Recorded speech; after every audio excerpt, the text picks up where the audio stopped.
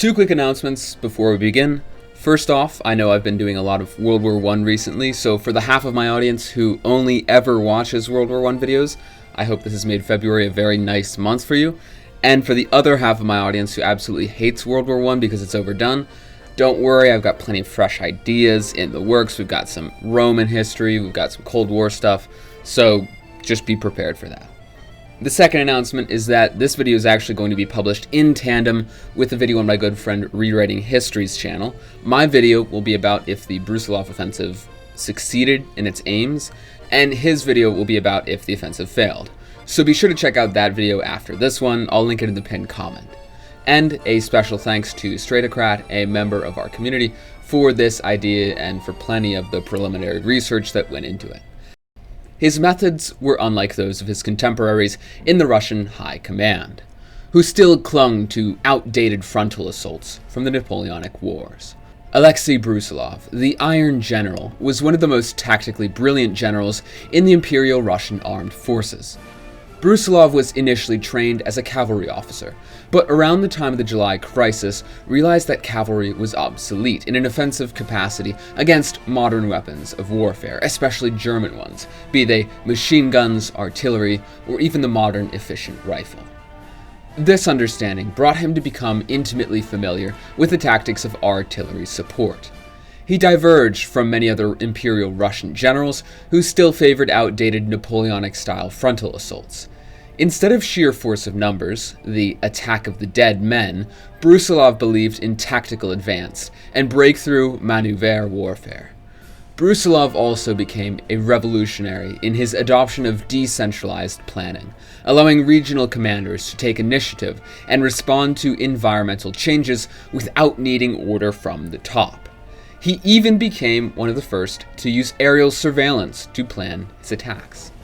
All of this, combined with his meticulously prepared offensives, which concealed troop movements, dug advanced trench networks, and utilized surprise tactics, would all come to a head in one of Russia's most powerful battles during the First World War. The Brusilov Offensive, translated literally in Russian to Brusilov's Breakthrough, was a battle that took place in Austria-Hungary in the territory of Galicia-Volhynia in the summer of 1916. It was, as stated, one of, if not the, Russian Empire's greatest feat of arms during the First World War, and among the most lethal offensives in world history. In the Lviv and Volyn oblasts, Brusilov launched initial artillery strikes as he finalized his plans for attack. His artillery focused on precision, targeting strong points rather than indiscriminate shelling, and he also ensured that the artillery barrages originated a good distance from the infantry lines, so that there was little chance of his positions being given up by loud, booming shells. The tactic in and of itself was actually surprisingly not well used prior to the offensive. His infantry would follow this line of shelling closely in a creeping barrage, moving swiftly to engage the Austro-Hungarian lines before enemy reinforcements could arrive. The initial results were staggering. The Austro-Hungarian Fourth Army collapsed almost immediately, with entire divisions surrendering en masse. Within 4 days, the army had lost nearly 70% of its strength, forcing the Central Powers to scramble for reinforcements from Germany. The 7th Army to the south also suffered heavy losses, retreating towards the Carpathians. Brusilov's forces had advanced nearly 80 kilometers in some sectors, capturing Lutsk, an important Austro-Hungarian stronghold, which is today part of Ukraine. At this point, the Russian offensive was arguably the most successful of the entire war. Nowhere else had such a rapid breakthrough been achieved on the eastern or western fronts. Besides these great achievements, the offensive relieved German pressure on French forces at Verdun, and helped to relieve the Austro-Hungarian pressure on the Italians, and it induced Romania to finally enter the war on the side of Russia and the Entente. After the victory, the rumored Petrograd Conference was held, wherein Russia and some of her allies already began to discuss how to redraw the map of Europe once war was over. It was so unbelievably successful, it led Russia's allies of Britain and France to reconsider their positions on the possibility of where Anatolia and the Bosphorus Strait would fall after the war, locations they had thus far believed were completely out of play for any power. But now, Russia had to finish the job. As German Chancellor Bethmann Hallig stated, "Russia grows and grows. She lies on us like a nightmare." And yet, the so-called nightmare actually left much to be desired in most other offensives besides Brusilov's. On a military and technical level, Russian command's broader incompetence, foreshadowed in the Russo-Japanese War, cancelled out any favorable asymmetry that had thus far been gained. Already, most of Russia's soldiers were illiterate, including those who served in more technical capacities, and in a war where mobilization hinged on an airtight logistical network, the men who staffed the railways were not even always technically trained for that role. Furthermore, 75% of Russia's officer corps lacked training directly relevant to their duties. When combined with production issues due to an under-industrialized Russian Empire, the Eastern match was squarely thus far in the court of the Central Powers, at least logistically. And this wasn't even the fault of Brusilov, but more so the incompetent people he had to rely on. While Brusilov's offensive was initially meant to be part of a larger Russian summer offensive, Generals Evert and Kuropatkin refused to launch their attacks as planned, citing poor preparation and concerns over German reinforcements. This meant that while Brusilov broke through the Austro-Hungarian lines, the Germans and Austrians had time to shift forces from other fronts to stabilize the situation and negate his advances. By mid-June, German reinforcements under General von Linseken and Friedrich von Bernhardi arrived, bringing fresh troops and artillery. The German units were better equipped and more experienced, stopping and even turning around Russian troops. The Battle of Kovel, which Brusilov hoped would deliver the final blow to Austria-Hungary, turned into a bloody stalemate after the Germans established a strong defensive line. This might be partially attributed to a lack of direction from the Russian High Command, which led Brusilov to consolidate his already acquired gains rather than push towards Kovel several weeks prior, where a vital railway installation for the Central Powers was located. The offensive also stretched Russian logistics to the breaking point. Ammo shortages, particularly for the all-important artillery barrages, became a severe problem. Russia's manpower reserves, already drained by the disastrous 1915 retreat, were also being rapidly depleted. Although Brusilov's offensive inflicted over 1 million casualties on the Central Powers, Russia also suffered around 500,000 losses, casualties it could ill afford to replace, even if more than the Central Powers might. Austria-Hungary, though severely weakened, survived, and that was all that mattered to them and to Germany. The Central Powers were battered, but still standing, while Russia, suffering from exhaustion, would not be able to mount another major offensive. Soon, Russia was backsliding. The front was pushed into Poland and even Ukraine. Then the Bolshevik Revolution broke out 2 years later. Brusilov initially ignored these matters and, like many generals on the front lines, remained focused on preventing a German breakthrough. However, eventually, fellow General Mikhail Alexeyev telegraphed Brusilov that if he did not send a telegram to Tsar Nicholas asking him to abdicate, then his supply lines would be cut off, effectively ending his and his men's lives. Brusilov reluctantly agreed, later regretting this action. By 1917, Brusilov was appointed commander-in-chief of the Russian army. He tried his best to remain sympathetic to the Bolsheviks so that he might be able to lead Russia to victory and prevent the fall of his homeland. He communicated with the Bolshevik Minister of War, Alexander Kerensky, and tried to do everything in his power to stop the disintegration of the army. However, eventually with the failure of the Kerensky offensive in July 1917, Brusilov was replaced and moved to Moscow. But what if all of that somehow changed? What if, in an alternate timeline, the Brusilov offensive knocked out Austria-Hungary and led Russia to victory? Before beginning today's alternate history scenario, be sure to leave a comment and subscribe. If you want to help support our content, you can watch through our extensive catalog of videos, or consider supporting your Legion by joining the channel, like our current channel members Eaglefall, Strato, and Daniel Andrulis. You can also submit a scenario in our official Discord server, linked below.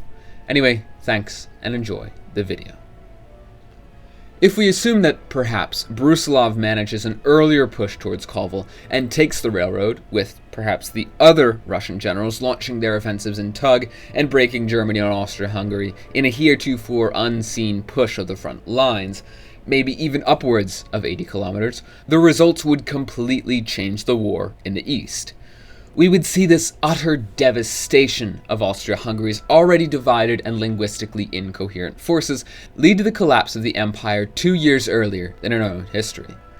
Germany is now forced to divert far more divisions eastward, precisely what Falkenhayn and later Hindenburg had desperately sought to avoid, and the results of this offensive would be like that of a massive boulder dropped into a small puddle. The ripple effect would reach across the entire continent. With Austria-Hungary shattered, Italy would be put in a stronger position. Without the full weight of Austro-German forces bearing down on them at Caporetto, the Italians might even make advances into Tyrol and, more likely, Dalmatia. We're also left with a sizable contingent of Italian troops that can be used by France to fight Germany. Of course, France is already in a heightened position, seeing as many German reinforcements are now unavailable for the battle at Verdun, leaving French counteroffensives to regain lost ground more decisively. By this point, it would become quite clear that Germany could not win. For the sake of our scenario, we'll assume that Germany sees the writing of the wall now that Austria-Hungary has collapsed, since it isn't even their war in the beginning, and we'll assume the war ends by early 1917, perhaps February or March, as winter has taken its toll. Thus, great power negotiations following the war would receive a Tsarist Russia at the table, though one severely internally crippled. After all, the pressures that led to the revolution in our own history would still exist. Food shortages, economic strain, and political unrest. However, with military legitimacy intact and Brusilov's victories bolstering the monarchy's prestige and the morale overall of the state, the Tsarist regime would most certainly not collapse overnight.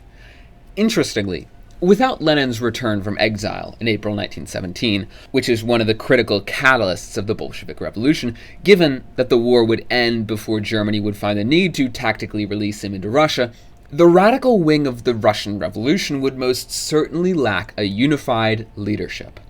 Socialist movements, of course, would still organize, but without Lenin's strategic vision, without the same level of military discontent, their efforts would be far less impactful and crippling to the Tsarist regime.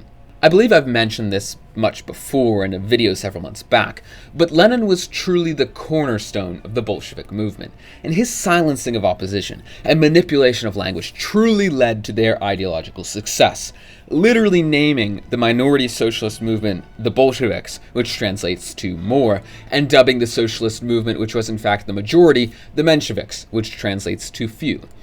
That is, of course, not to mention the highly important movement of vanguardism. While many socialists before him developed extensive writings about how to take power, such as the Communist Manifesto itself, it was Lenin's vanguardism that was the most successful at actually achieving these aims, even if the results were certainly not what some of the socialists had envisioned of a classless, stateless society. Regardless, the point is, the Tsarist regime will have an intact military that has not humiliated itself, it will be loyal to the Tsar, it will furthermore have allies in the British and the French who do not particularly want Russia to collapse and cause chaos across Europe, and the Russians would, as mentioned, not have to deal with a highly organized, efficient, and ruthless socialist movement under Lenin. Instead, what we'll probably see in the coming decades are a series of violent protests and even armed uprisings, which will push the Tsarist system to the breaking point, requiring them to make concessions and reform towards constitutional monarchy, akin to the German or Italian models, likely coinciding with the introduction of a far broader welfare state as Bismarck had established in Germany to appease the growing working class. So Russia, in this alternate post-war world, emerges not as the broken shell of a failed state, but as a wounded empire that's still intact, even if it has to make major changes going forward. The conference at Versailles would thus include the British, French, Italians, and now the Russians. Russia would bring to the table that which they had formulated during the rumored Petrograd Conference in February of the same year, assuming it would even have still occurred. However, we would undoubtedly see, with the now more temperate Russians and British outnumbering the French in these post-war negotiations, a likely less punitive aftermath to the Great War with regard to Germany. Tsar Nicholas may even maintain communications with Kaiser Wilhelm during this period in order to cool down the situation, though the relationship between the two cousins could just as easily be completely irreparably fractured by this point. Anyway, Russia's presence at the peace table means a stronger push for its own ambitions in the settlement of borders. Given Russian pan-Slavist ambitions, at least among the broader ideological populace, St. Petersburg would likely support the formation of something of a Yugoslavia, though we can be sure it wouldn't be the same as the result pushed by Britain, France, and particularly Woodrow Wilson in our own history at Versailles. A Russian-backed Yugoslav kingdom might resemble tangentially something more like the trialist concept proposed by some Habsburg officials, that was in fact supported by some in Russia who favored a rewarming of ties with Bulgaria rather than allowing Serbia to be Russia's proxy of power in the Balkans. Now, this might very well lead to a situation wherein the Croats and Slovenes are granted their own state, rather than being dominated by Serbian centralism, so that these Catholic populations are not exactly absorbed into a Serbian-dominated kingdom. Serbia would still, of course, expand, acquiring Serb-majority territories within what was once Hungary and Bosnia, and perhaps seeing a political merger with Montenegro. But such a situation, if Croatia and Slovenia were to be separate from this expanded Serb state, would far from weaken Russia's influence in the Balkans, as now Romania would have also acquired their territorial ambitions in Transylvania and parts of the Banat. Poland is also another question within these Slavic territories. The British and French had made no formal promises to the Polish people, so the most likely outcome is thus that Austria-Hungary's ethnically Polish and Ukrainian lands will simply be annexed into the Russian Empire, with Memel also going to Russia, and a neutral corridor in Danzig being established so as to maintain access to East Prussia from the rest of Germany and from Congress Poland to the sea. One additional thing to note is that Ukrainian nationalism likely will not become a factor in the coming years, which is greatly advantageous to Tsarist Russia. Ukrainian nationalism was largely a response to Russian weakness during the Bolshevik Revolution. Without instability, any Ukrainian separatism, unlikely as it already is, would definitely just be crushed by force. Another outcome of this alternate Versailles is that Italy's gains would likely be way more secure. As with an earlier collapse of Austria-Hungary, Italy actually will have the capability to march in and occupy Dalmatian coastal territories before the war's end. If Russia supports Yugoslavia, tensions could arise over Dalmatian claims, but again, many in the Russian court weren't particularly interested in furthering Serbian expansionist tendencies at the expense of a more powerful Mediterranean ally like Italy. This was not the case for everyone, but for a good deal of the military elite in St. Petersburg who had influence over Russian foreign policy beyond that of the sheer pan-Slavist mob, they certainly would be far more willing to compromise with Italy than to support a hard-lined Yugoslav state going up and down the Dalmatians. We may very well see the Treaty of London be adhered to in order to compensate for Italy's far greater sacrifice in this war, or at least a Treaty of London which is much less stripped down. Maybe certain inland territories would be given to Serbia/Yugoslavia rather than to Italy, but the Italian gains would be enough to leave figures like Gabriele D'Annunzio and other Italian nationalists and Roman ambitionists quite satisfied with the outcome, especially since Italy will now also have secured South Tyrol, Trentino, parts of Istria, and plenty of Dalmatian islands. To compound this, Italy would also be compensated in Africa. Without Wilson's anti-imperial and self-determinist rhetoric, imperial concessions would be completely out of the conversation. Completely. Really great script writing there from myself. We can expect Italy to expand control over Libya, though they likely won't be given a green light to go to war with Ethiopia, something Victor Emmanuel III wasn't really even interested in the first place. In our own history, he was incredibly hesitant to make any actions with regard to Ethiopia, and only really approved of it after a serious pressure campaign from Mussolini, who, in this timeline, isn't really a factor. Emmanuel III was very much against colonial expansion in general, due to his traditional Italian respect of British naval power. With regard to Italian Libya, this is really interesting, and I'm going to go off on a tangent here, but the colony in this timeline would likely be way more stable and more entrenched than in our own history, giving Italy a stronger geopolitical position post-war. By this point, Rome's imperial ambitions would be satisfied in ways that will reduce the urgency for further conquests like Ethiopia. Instead, Libya may very well become the central focus of Italian colonial policy, akin to France's later approach in Algeria, in order to integrate the territory for a greater presence in the Mediterranean, the fourth shore. Italy's approach might in fact face fewer barriers than France's did. Unlike the French, who viewed their Algerian subjects through a more rigid racial and civilizational lens, Italians were themselves not a coherent ethnic group. Rather, the Italian nationality was, in fact, composed of different ethno-linguistic groups such as Venetians, Lombards, Sicilians, Genovese, etc., who were themselves variant in terms of, for example, skin color and appearance, and dialect. Thus, unlike in France, color would be something of a non-issue for these subjects in Libya, who could very easily, I guess I shouldn't say very easily, but who could more effectively be integrated into the Italian state. Furthermore, while religious differences would pose perhaps the largest challenge to Italian integration of Libya, Italy had historical precedent for coexisting with Muslim communities in its maritime empire, from Dalmatia to Libya. They may pursue a similar strategy as was done in Albania, though this much may not even be needed. In our own history, in less than 30 years, the Italians in Libya built a significant amount of public works in the forms of roads, railways, buildings, ports, and monuments, and relocated Italian farmers who cultivated lands and returned them from the native desert they had been for many centuries, leading Libya's economy to flourish between 1911 and 1940 in our own history. A side effect of this was that Catholicism experienced a huge growth in those years, upwards of 23%, with many new churches being built for the growing Italian community and Libyan converts. In the late 1920s, the two Catholic cathedrals of Tripoli and Benghazi were built. The one in Benghazi was considered the biggest in all of North Africa.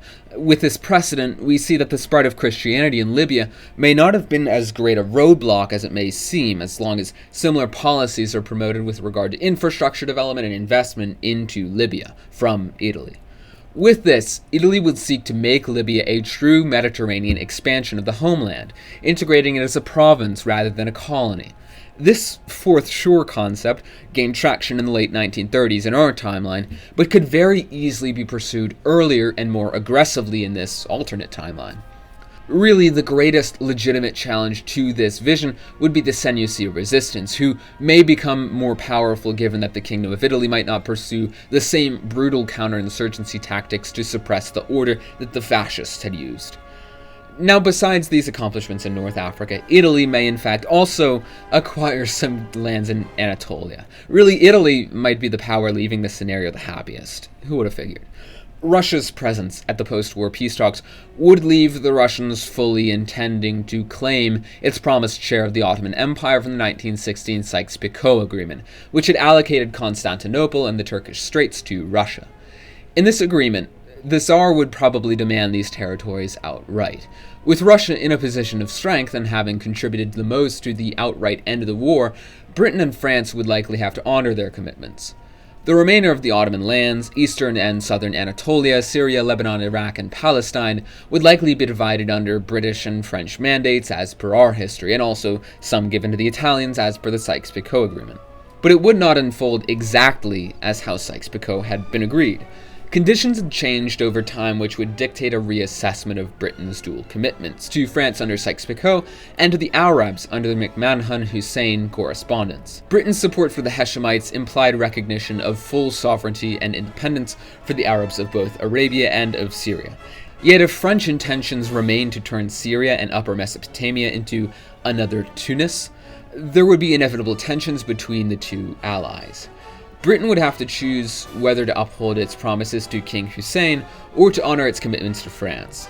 Given the growing influence of the Hashemites through the Arab Revolt and British support, a compromise would probably arise which was actually not unlike what was floated in our own history, wherein a Hashemite-led Arab state is established in Damascus, with Britain securing Iraq and Palestine under its direct control, in exchange for France acquiring direct control over Morocco, in a similar agreement to their arrangement with Algeria, in order to appease French ambitions in North Africa.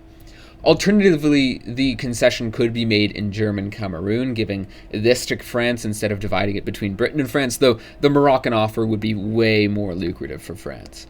Thus, the weakened hand of the French would probably force it to accept a reduced role in the Levant, though it would still certainly have Lebanon, but the British and the Hashemites would essentially be the new political project in the Levant in these coming years.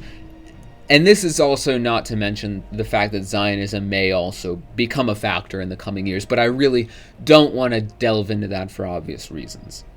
Now, in Arabia, the power struggle between the Hashemites and Ibn Saud would still unfold, with Britain playing sort of a balancing role between the two factions. British-backed clan states would thus likely dominate most of the Arabian Peninsula, which they already had around the Trucial regions in Oman, but Hijaz might remain under Hashemite rule, ensuring sort of British influence over the holy cities. Now, Russia's involvement might also mean greater intervention in Armenia and Kurdistan, possibly ensuring an independent Armenian state stretching from northern Anatolia into the borderlands of the Caucasus. This may result in either a great migration of Armenians from the Russian Empire into this Armenian state in the coming years, or perhaps calls for a union between the Imperial Russian Armenian lands and that of the Armenian state itself. Whether or not this is beneficial for the Russians or detrimental is up for debate, but it's an interesting avenue to explore. Besides the Armenian situation, the Greek push into Anatolia, as in our own timeline's Greco-Turkish war, would probably still occur, but with stronger Russian backing, increasing the likelihood of Greek territorial gains. Of course, the British would still push for the Turks to have a state in order to maintain the balance of power in Anatolia, and furthermore, both sides would undoubtedly understand that Greece could not control the territories it sought to hold on to, simply given the sheer demographic outnumbering they would face should they control all of eastern Anatolia, not to mention the potential for ethnic cleansing or displacement, but all of this would necessarily cause a far more tempered and pragmatic iteration of the Sykes-Picot plan to come into being with regard to Western Anatolia. Maybe even agreement over the Bosphorus if Britain finds it politically untenable for Russia to actually have control over the straits.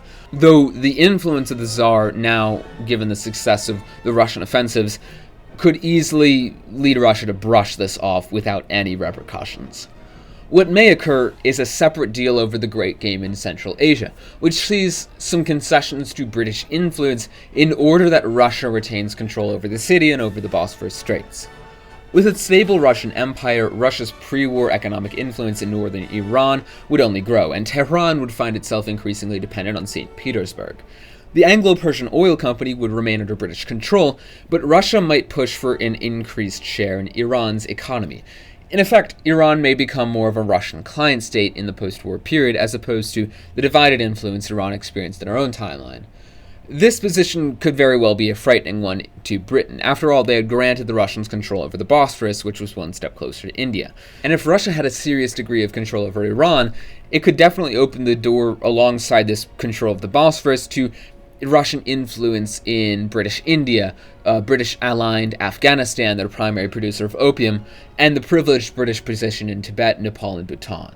What we would probably see is a demarcation of influence, wherein the British are told directly they have influence over Iran, Tibet, India, and the Russians will not move into Xinjiang and will not pass by Iran. They will simply focus more on the Balkans and on their European affairs rather than the Great Game in Central Asia. It is also, though, quite possible that without such diplomacy, Central Asia could very well become a great mountainous rift between Britain and Russia, leading to a rivalry in the coming decades. Now, without US intervention, and with the war ending earlier, Germany might actually be in a better position than in our own timeline. While Germany would still undoubtedly lose, the peace would likely be way less severe. First of all, war guilt would probably be placed more squarely on Austria-Hungary. The only reason guilt was placed on Germany in our own history was pretty much just because Russia was absent from the Versailles Treaty, and thus France and Britain and America, who mostly fought in the West, on the Western Front against Germany, dictated the terms of peace. Even though Austria-Hungary was where the war started in Sarajevo in 1914, France wanted to crush Germany more than it cared about incriminating the already collapsed Austro-Hungarian state at Versailles. Furthermore, since Germany actually would have sued for peace rather than fighting to the bitter end, the terms would be again less punitive, especially with both the British and Russians taking a more temperate stance as opposed to the purely revanchist, punitive French stance. Germany would of course lose Alsace-Lorraine to France, and likely the Polish corridor and other eastern territories to Russia, but with an earlier war conclusion, the Rhineland may not be occupied, and Germany could retain a stronger industrial base. Thus, the trajectory of Germany after the war is quite uncertain, because we really don't have the same political climate that Weimar Germany was facing. The key question really becomes whether National Socialism or any comparable authoritarian or radical ideology would still arise in Germany in response to their loss. Given the altered conditions of the peace, the answer appears to lean towards no, at least not in the form we recognize in our own history. Without the Treaty of Versailles imposing as crippling a punishment of reparations, Germany's economic situation would remain more stable. Not perfect, but not bad enough to incite something of a workers' rebellion as it had towards the end of the war in our own history. Furthermore, without the United States having entered the war, the economic situation in America would likely follow a more linear growth period rather than a volatile high and low of the war economy and post-war slowdown. This would keep the banks from being as cautious in lending in the United States, and maybe keep speculation on the stock market from forming a bubble that outpaced the wind down after the war, which is what caused the stock market crash of 1929 that plunged the world into the Great Depression and Germany into the economic conditions which fostered National Socialism and the need for a scapegoat. We'll still see the Dust Bowl, which will bring great harm to the United States, but it won't lead to a depression. Instead, America will simply carry on economically industrial developing on its own, and trading with the British, trading with the Germans, trading with the Dutch, etc. To compound this, with an intact monarchy under Kaiser Wilhelm II, the fragile Weimar Republic, which was modeled after the American political system and not suited for Germany, will not come into existence.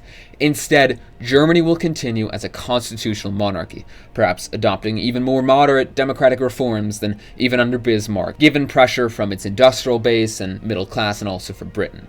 The absence, then, of an internal socialist revolution in regions like Bavaria and Berlin, along with the absence of the Bolshevik Revolution to the east, means there is no immediate scapegoating of the left as the November criminals, reducing the appeal of extreme right-wing movements, especially since, again, the monarchy is still in power. We still have a conservative Germany. Now, we might also speculate that Russia's economic growth might even offer new markets for German exports, offsetting any economic downturn in the West that would occur as a result of the war's destruction. And then a more obvious nail in the coffin to the rise of something like fascism in Germany, even though they're still defeated, is that Italy, in this scenario, has emerged from the war as a victorious power. So the sense of national humiliation that fueled Mussolini's rise would not exist in Italy. And this will produce a nationalist fervor in Italy that will remain strong, but in a more positive sense, wherein Italy finds itself among the glorious victors of Britain, France, and Russia. So there's no mutilated victory to rally around, and no foundation for fascism as a revolutionary ideology. Furthermore, no scuffle and fiume that would produce a constitution of Carnaro under Gabriele D'Annunzio, which would serve as the template for fascist or national socialist government. That is to say, the ideological prerequisites for something like National Socialism in Germany, that being fascism in Italy and the Free State of Fiume, would not exist and thus would not be present to influence the far right in Germany. All of that tells us it's unlikely that Germany will fall into a dictatorship in the post-war era, though it may very well develop the same sort of sense of revanchism over Alsace-Lorraine and over those Polish territories that had gripped France all the way from the Franco-Prussian War until 1917. With that, we can also kind of assume that the rise of Dollfuss in Austria may not occur, though a hard nationalist leader could very easily appear in Austria during the coming years. And furthermore, we might see a Republican victory in the Spanish Civil War if it even happens, though I'd rather not dwell on these possibilities for the sake of time.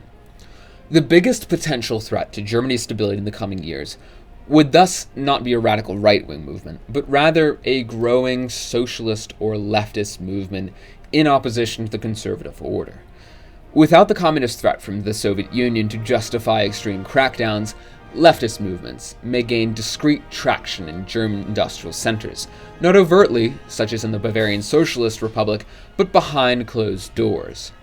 The question then remains, would the Kaiser be able to navigate these pressures, possibly implementing moderate reforms, or would a more revolutionary wave ultimately force a transformation of the German state? Let me know what you think will happen next. If you enjoyed this video or have any critiques or notes, be sure to leave a comment for the algorithm, and subscribe if you want to see more content like this. You can support us by joining our Discord or by becoming a channel member with the join button below. Thanks for your time. This has been the US of Z, signing out.